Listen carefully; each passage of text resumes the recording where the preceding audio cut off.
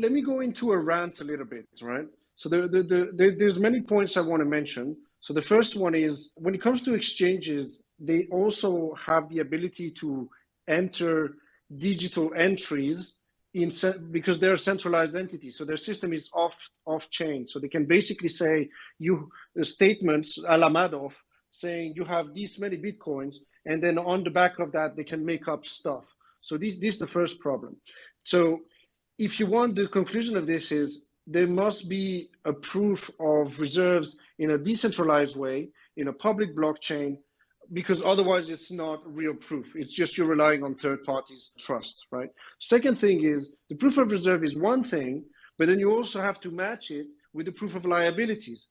Because if you have this many reserves, but you have even more liabilities, then you're still insolvent, you know? Then finally, you have problems of governance. So ultimately, you need to also prove not only that your reserves are there, but that also that the assets are segregated, clients' assets versus your own assets. And so this is a governance problem that clearly failed at FTX. So, and even deeper than that, once you've proven your reserves, a lot of them are discounted. So in the normal banking system, you have a certain risk ratio for which you have tier 1, tier 2, tier 3. Certain things have different risk, and so therefore they are discounted a certain percentage because their volatility is different. And so what I'm trying to get here is that, number one, those reserves don't mean that they're valued mark to market, because you should be discounting them according to the risk. Number two, their price, and this is valid for 99% of the coins, if not 100, given the pump and dump, fake liquidity, spoofing, and front running that the exchanges themselves do, the price is basically set by the exchanges. So there's a lot of people who say, well, when you put the Bitcoins there, they can basically run the price down or do a flash crash, take all the orders on the stop losses, and then buy them back theoretically because they decided that there was a flash crash, pick up the Bitcoins lower, and they just make the profits.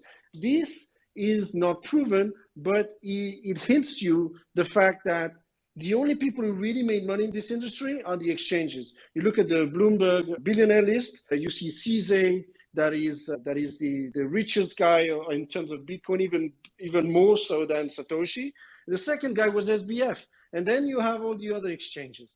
So what I'm trying to say here is that not only the collateral, and even for stable coins, because they say they're one-to-one, but I really doubt that they all are.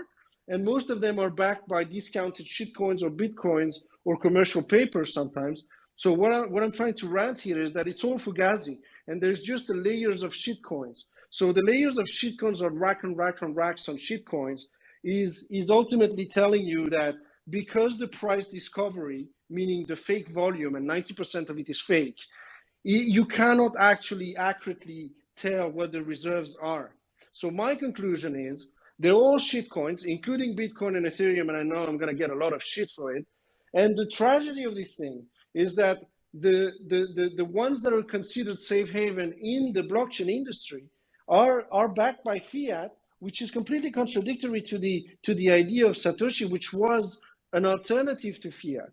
And so even those like all of these stable coins backed by USD, not only they depend by nature to the US Treasury, so they can basically wipe you out as soon as they send the Fed coin, but they're not even backed one-to-one. They have yield and like, how can you do 10% on DeFi even? So this is valid for DeFi collateral, for protocols, and even for standard bank. And then the biggest elephant in the room is that once you go through the layers of shitcoins and non-collateralized things, the dollar is not collateralized either, so it's also a shitcoin. So my opinion is Bitcoin is a shitcoin, but at least it's cash, peer-to-peer electronic cash system. It's not money, but the virtue of Bitcoin versus the dollar is that you cannot print more. So in a way, it's got a little bit better than that.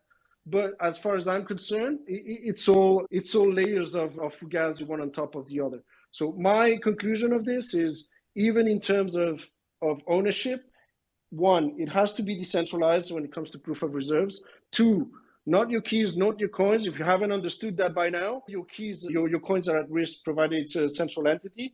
And you cannot blame anybody after what happened. You need to take your keys in your own ownership, create an enormous purge so that everybody fails. And then those who have done the things properly, you'll be able to go back to those exchanges. But then again, you can keep your treasury on your own custody if you can. And then you treat the market like a whore, in and out, whenever you need to trade. But that's pretty much it. The elephant in the room again is that even though this entire business is just growing and basically trying to sort itself out, the standard traditional banking system is even worse. So that means that you have an 8% fractional reserve banking. I think in the US it's even 0%. So what we're talking about, like in this chat, is take your coins out of the exchange and they will still be yours, and then you will be able to put them back. If you do that in the traditional banking system, you would collapse the entire system on a run bank in a day or two, and it wouldn't be allowed to happen. So this system is actually better because you can actually have your true ownership, and it's not that leverage if you do it correctly. But I think ultimately regulators are very, very afraid, because if we're starting to prove and question the reserves in the crypto market, if we do it in the traditional market, then you have 800 trillions with a T of derivatives for which the deleveraging will be so bad that the entire world will go into an apocalyptic situation. So that's pretty much what I have to say. Okay, well, hot take. Bitcoin is a shit coin, but it's the best shit coin. I'd love to have you unpack that more on another